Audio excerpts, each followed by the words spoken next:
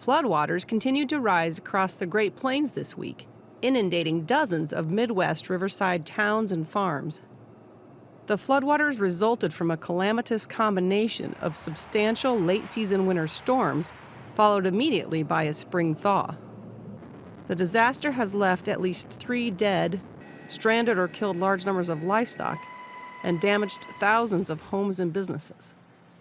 The water has begun to recede in some regions, including the Platte River in Nebraska and parts of southern Wisconsin. Waters were still rising downstream along the Missouri River, as seen here in Hamburg, Iowa. Nearly half of Iowa's counties have been declared disaster areas by Iowa Governor Kim Reynolds. It's all hands on deck. West of the Missouri River, the Nebraska Department of Agriculture was estimating the state's grain and livestock farmers are facing potential losses of $1 billion. So it's particularly affected cow-calf producers and, really any livestock that's outdoors. Vice President Mike Pence visited the state Tuesday to reassure residents that federal disaster aid was on the way.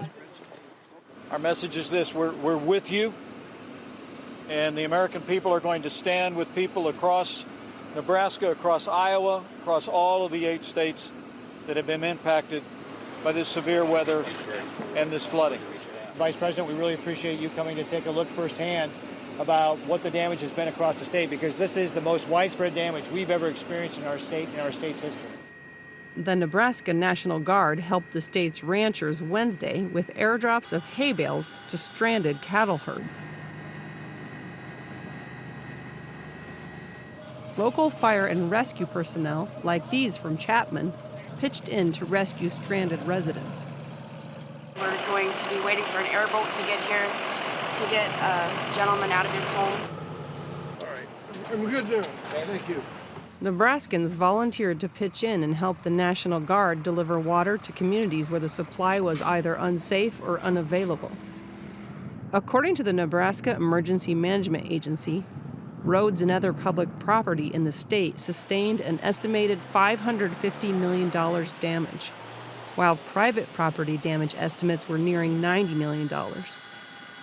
It really is an amazing thing to behold when you go into shelters across Nebraska and you find people whose houses were lost and they show up at the shelter and they want to be in the volunteer line. They said it's just property loss. If they have their lives, they and their kids want to be serving their neighbor. Flooding is expected to continue for the coming week along the Mississippi and Missouri rivers as the spring melt continues. For Market to Market, I'm Colleen Bradford Krantz.